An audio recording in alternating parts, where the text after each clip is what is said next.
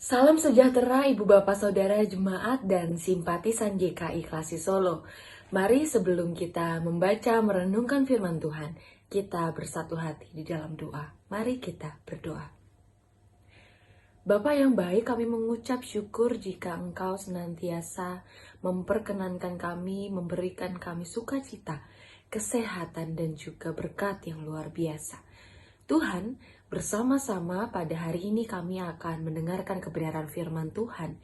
Kiranya Engkau yang boleh membuka setiap hati dan pikiran kami, Roh Kudus-Mu boleh mengurapi setiap kami, sehingga kami dapat mendengar, mengerti, dan melakukannya dalam kehidupan kami hari lepas hari. Terima kasih ya Tuhan, bersabdalah karena kami siap untuk mendengarkan. Amin. Jemaat yang terkasih, bacaan kita pada hari ini terambil dari Galatia. Galatia pasal 5 ayat 16 sampai 26.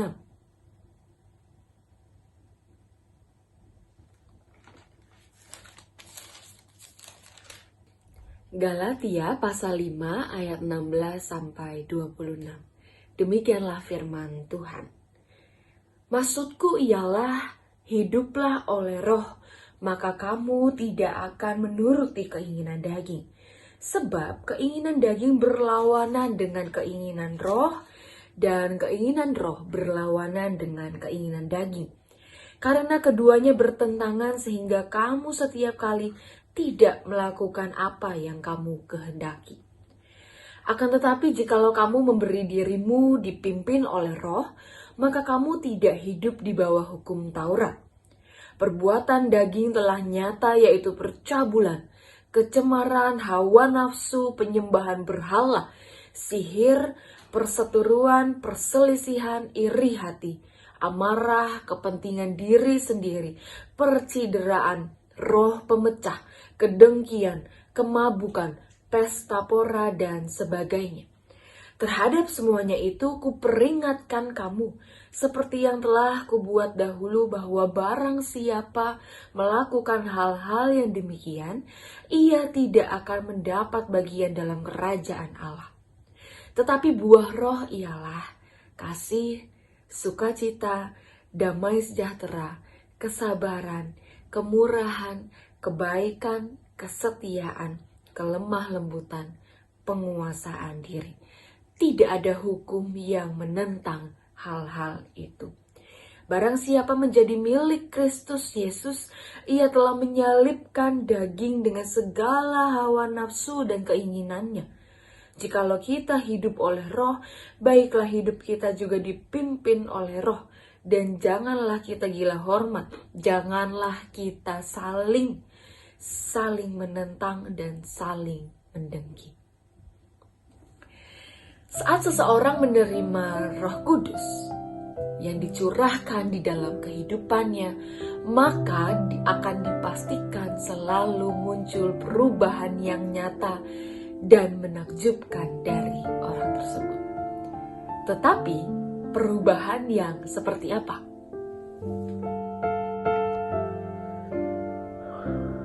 Apakah seperti ini?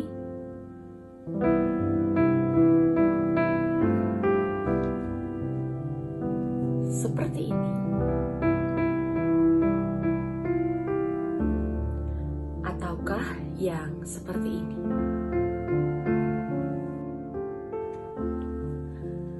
Tanda seseorang hidup di dalam roh, pasti ia akan selalu berbicara soal perubahan. Namun bukan hanya sekedar perubahan baju, perubahan kacamata, topi, make up, potongan rambut, dan lain-lainnya yang hanya sekedar nampak di luar atau di permukaan saja. Perubahan itu harusnya juga nampak dari dalam hati sampai keluar muncul pada tindakan dan ucapan seseorang. Dalam bacaan leksionari kita hari ini, Yesaya mengatakan sampai dicurahkan kepada kita roh dari atas, maka padang gurun akan menjadi kebun buah-buahan, dan kebun buah-buahan itu akan dianggap hutan. Bayangkan ibu bapak saudara, betapa drastisnya perubahan itu. Dari padang gurun yang gersang, yang kering, tidak ada kehidupan di dalamnya, kemudian berubah menjadi kebun buah-buahan yang menjadi sumber kehidupan. Saking banyak hasil buahnya, saking rimbunnya, sampai kemudian orang-orang melihatnya sampai sama seperti hutan. Dalam Galatia pasal 5 ayat 16-26 yang menjadi perikop pembacaan kita pada hari ini, kemudian Paulus mengingatkan kepada jemaat di Galatia. Jemaat di Galatia yang telah memilih percaya kepada Kristus secara otomatis diberi anugerah Roh Kudus. Hidup di dalamnya dan dipimpin oleh Roh Kudus di sepanjang kehidupannya. Oleh Roh Kudus, kita hidup dalam iman dan penyertaan kasih. Bukan sekedar hidup tunduk, hidup takut pada dosa, pada aturan hukum Taurat yang menuntut kesetiaan legalitas semata. Maka dari itu, ini artinya jemaat Galatia tidak boleh lagi hidup di bawah kuasa daging. Hidup di bawah kuasa keinginan, kuasa hawa nafsunya saja. Hidup menurut daging, itu contohnya ada beberapa disebutkan di dalam pembacaan kita. Kita melakukan dosa pelecehan seksual, percabulan, mengutamakan hawa nafsu, memberhalakan uang, memberhalakan HP, barang-barang, menggunakan ilmu hitam, berseteru dengan keluarga, berselisih dengan rekan pelayanan, iri hati dengan tetangga, dengan teman, atau mungkin mengadu domba rekan kerja, melukai orang lain, anak, keluarga, orang-orang terdekat, orang-orang yang terkasih, mabuk-mabukan, termasuk foya-foya, hidup hedonisme. Hidup hedonisme berarti mencari kesenangan, kepuasan tanpa batas, melebihi batas dari apa yang dibutuhkan. Melainkan kita harusnya hidup di dalam Roh. Hidup di dalam Roh berarti kita menghasilkan buah-buah Roh. Buah yang manis dengan kualitas terbaik, dengan kualitas yang unggul. Bukan buah yang asam, buah yang kecut atau sepat rasanya. Adakah dari antara ibu bapak saudara yang ingat buah-buah roh yang sejak dari sekolah minggu, katekisasi, lalu kemudian kita dengar di khotbah minggu, selalu diingatkan? Adakah yang ingat? Atau adakah yang ingat dengan lagunya, lagu buah-buah roh? Ya, buah-buah roh itu ada 9. Yang pertama adalah kasih. Kasih berbicara soal bukan baik untung bagi diriku sendiri, tetapi aku mau mengutamakan kebaikan bagi orang lain. Lalu ada sukacita. Sukacita adalah perasaan yang muncul dari hubungan pribadi bersama dengan Allah. Hubungan yang intim. Perasaan sukacita saat kita taat, saat kita setia kepada Tuhan, kita selalu bersyukur apapun itu situasinya, apapun kondisinya. Lalu ada damai sejahtera.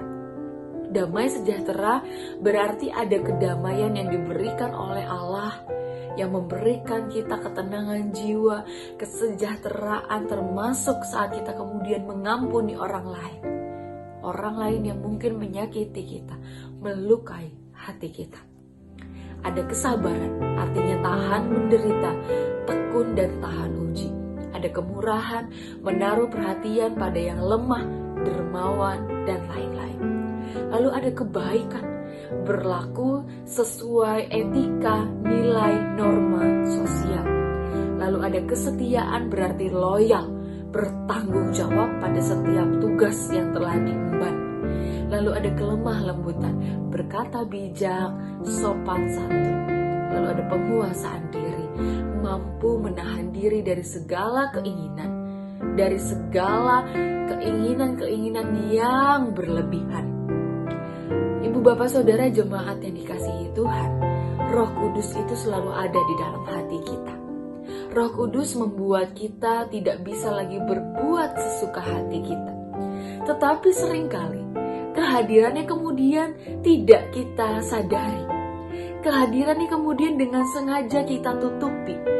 Kemudian dengan sengaja tidak kita dengarkan, sengaja tidak kita pedulikan. Kita adalah manusia yang rapuh dan rentan. Kita mudah terjatuh, kita mudah tergoda oleh dosa.